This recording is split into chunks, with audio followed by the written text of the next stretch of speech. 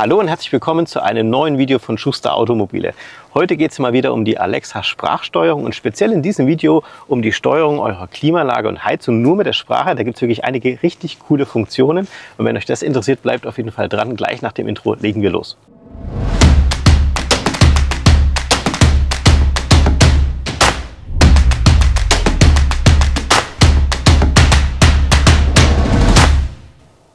Wie gerade schon angekündigt, also heute die Alexa Sprachsteuerung, allerdings speziell nur für das Thema Klimaanlagen und Heizung. Das sind so viele Befehle, so viele Sachen, die man damit machen können. Deswegen werden wir hier ein einzelnes Video nur dafür hochladen für euch. Bevor ich allerdings loslege mit den ganzen Befehlen, was man da so alles eingeben kann, ganz kurz noch ein paar wichtige Informationen. Wir kriegen wirklich ganz viele Fragen von euch, ob man dieses Alexa-System auch in die älteren Mazda-Modelle integrieren kann. Im Moment leider noch kein Nachrüstsatz verfügbar.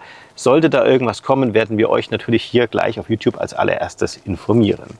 Punkt Nummer 2, ich habe mich jetzt hier mal in ein Mazda-Modell gesetzt, das schon über diese Alexa-Sprachsteuerung verfügt.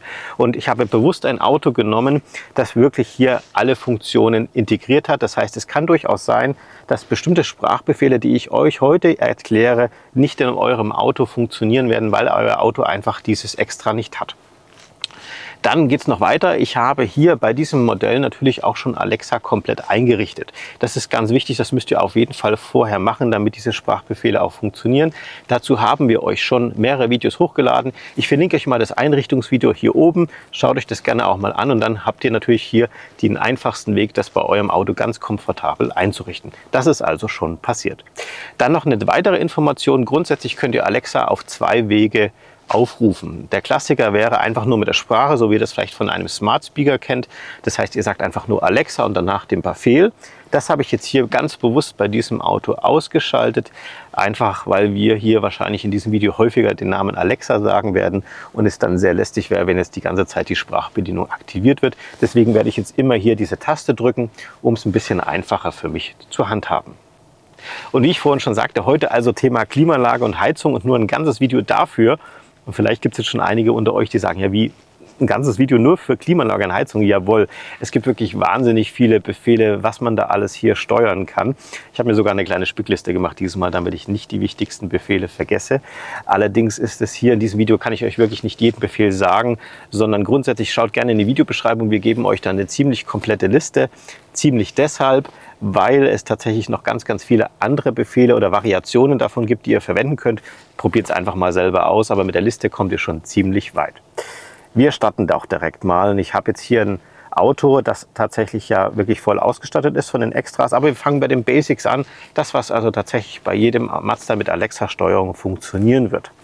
Und ihr seht schon, die Heizung oder Klimaautomatik ist jetzt im Moment an bei diesem Fahrzeug und das Einfachste oder das Wichtigste, was man natürlich vielleicht machen will, ist dieses System einfach mal auszuschalten und anzuschalten.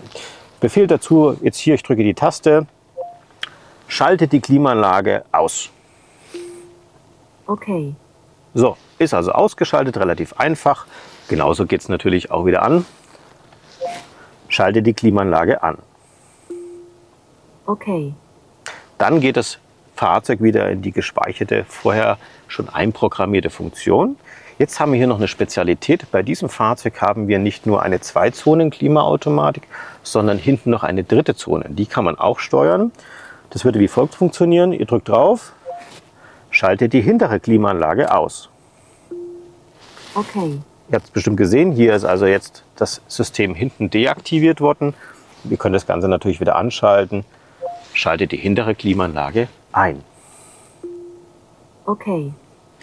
Das sind also jetzt mal so die Basics. Dann gibt es natürlich auch in jeder Klimaanlage oder in der Klimaautomatik eine Temperatureinstellung. Das habt ihr also dann bei eurem Auto bestimmt auch. Ihr seht schon, hier links haben wir 21,5 Grad, rechts haben wir 23 Grad. Hier gibt es jetzt mehrere Möglichkeiten, was ihr einstellen könnt. Fangen wir mal mit der Fahrerseite an. Stelle die Temperatur auf der Fahrerseite auf 22 Grad. Okay, ich stelle es auf 22. Ihr könnt also jede beliebige Temperatur sagen, die ihr wollt. Jetzt nehme ich mal die Beifahrerseite. Anderes Beispiel. Stelle die Temperatur auf der Beifahrerseite höher. Okay, ich erhöhe es um 2. Ihr seht schon, ihr habt jetzt hier eine Erhöhung. Dann könnt ihr natürlich auch sagen, ihr möchtet, dass die linke und die rechte Seite beispielsweise die gleiche Temperatur haben. Das ist auch möglich. Stelle Sync ein.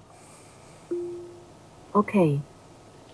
Jetzt seht ihr, dass hier die Klimaanlage auf Synchronisation aktiviert wurde. Das heißt also, beide Temperaturen auf der linken und auf der rechten Seite nun identisch sind. Schauen wir uns nun diese Taste hier links an, die sogenannte Automatiktaste. Eigentlich meine Lieblingstaste, denn wenn ihr diese mit der Hand drückt, dann wird das Auto von selber die Innentemperatur regeln. Wie folgt könnt ihr das machen. Ihr drückt auf die Taste oder mit der Sprache wieder. Stelle die Klimaanlage auf Auto. Ihr hört es vielleicht schon, das Auto bemerkt es, dass es hier innen drin etwas kühler ist. Regelt das Gebläse von selber, regelt die Luftrichtung von selber. Wenn wir jetzt gerade schon bei der Klimaautomatik sind, fällt mir noch was Wichtiges ein. Wir haben uns übrigens auf YouTube schon die Mühe gemacht, für euch ein komplettes Video hochzuladen, wo wir auch genau erklären, was das eigentlich bedeutet, wenn ihr welche Taste drückt. Denn da gibt es auch immer wieder mal Fragen von euch. Verlinke ich euch am besten an dieser Stelle mal das Video. Könnt ihr euch gerne dann im Anschluss mal anschauen. So, jetzt schauen wir mal noch so ein bisschen weiter. Temperatureinstellung mit Gradzahl, das finde ich eigentlich so ein bisschen am praktischsten. Vielleicht gibt es jetzt noch die Situation, dass ihr sagt, ihr möchtet jetzt wirklich die maximale Temperatur im Auto. Ihr seid total durchgefroren, vielleicht gerade auf dem Weihnachtsmarkt noch gewesen. Könnt ihr natürlich auch machen. Stelle die Temperatur auf Maximum. Okay, ich stelle es auf 29. Ihr hört schon, Gebläse geht jetzt natürlich ganz gewaltig nach oben. Ich korrigiere es mal ein bisschen runter, dass ihr mich hört. Und das wäre jetzt eben die maximale Temperatur, die bei eurem Auto möglich wäre. Ich merke es gerade schon mit der Jacke. Ich muss gleich schon ein bisschen runterstellen, damit es eben ja, ein bisschen kühler und angenehmer wird. Jetzt schauen wir uns mal die Tasten hier bei diesem Auto noch ein bisschen näher an. Wir haben ja in der Mitte natürlich das Gebläse, das hatte ich gerade schon so ein bisschen korrigiert. Und wir haben natürlich auch die Luftrichtungen. So, wenn ihr mit Automatik fahrt, dann wird es ja alles von selber geregelt anhand der Innentemperatur, Außentemperatur, also eigentlich so die komfortabelste Lösung. Aber es gibt natürlich auch Situationen, wo ihr vielleicht sagt, ich habe eiskalte Füße, ich möchte das Gebläse ein bisschen langsamer oder schneller haben. Ist kein Problem. Also, wir können jetzt hier mit der Finger natürlich das Gebläse einstellen, aber wir haben ja Alexa. Stelle den Lüfter höher. Okay. Ihr seht schon, dann ist das Lüftungsgebläse um eine Stufe nach oben gegangen. Ihr könnt aber auch natürlich sagen, stelle den Lüfter auf Maximum. Okay. So, mach wieder ein bisschen leiser, dass ihr mich hört. Dann haben wir die Luftrichtung. Ihr könnt hier mit dieser Taste die Luftrichtung selber verstellen, aber natürlich auch gerne hier Alexa verwenden. Lüftung auf Körper stellen. Okay. Lüftung auf Boden stellen. Okay. Lüftung auf Windschutzscheibe und Boden stellen. Okay. Ihr seht schon, wir haben jetzt einfach mal alle Versionen durchgespielt. Das sind ja tatsächlich Funktionen, die man auch sehr häufig benötigt. Und tatsächlich finde ich jetzt zum Beispiel diese Taste bei hohen Geschwindigkeiten zu treffen, ist gar nicht so einfach. Da finde ich tatsächlich die Sprachsteuerung von Alexa sehr, sehr gut in dieser Situation. Okay, schauen wir weiter. Wir haben bei dem Auto noch eine Lenkradheizung, Sitzheizung, Sitzbelüftung. Wir haben eine Windschutzscheibe und eine Heckscheibenheizung. Machen wir jetzt gerade, weil Winter ist, mal die Scheibenheizung. Ich glaube, die braucht ihr auch. Ja, machen wir mal die vordere Scheibenheizung. Stelle die vordere Scheibenheizung ein. Okay. Stelle die hintere Scheibenheizung ein. Okay. Okay, also Gebläse ging jetzt gerade hoch, weil immer wenn man die vordere Scheibenheizung aktiviert, wird das Gebläse auf die höchstmögliche Stufe gestellt, damit die Scheibe natürlich möglichst schnell frei wird. Klassische Frage an dieser Stelle, die ich gerne auch nochmal beantworte: Wie gehen eigentlich die Spiegelheizungen an? Und die werden immer gekoppelt über die Heckscheibenheizung. An dieser Stelle vielleicht für euch auch noch ein interessanter Tipp. Okay, was haben wir noch Schönes? Wir haben hier bei diesem Auto Lenkradheizung.